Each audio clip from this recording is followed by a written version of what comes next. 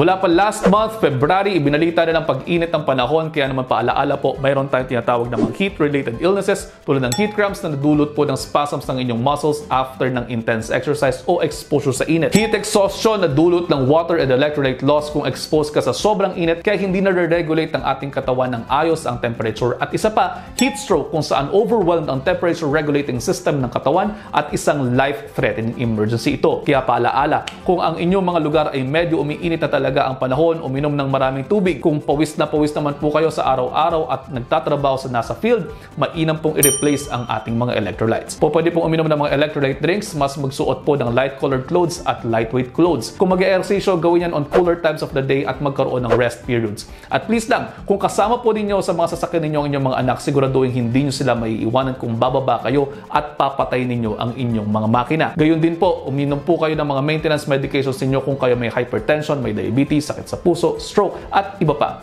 Marami po talaga ito, pero hanggang dito na lamang muna dahil mag-iisang minuto na. I hope you're all 1 minute wiser. Pakipusuan kung may natutunan. See you next episode.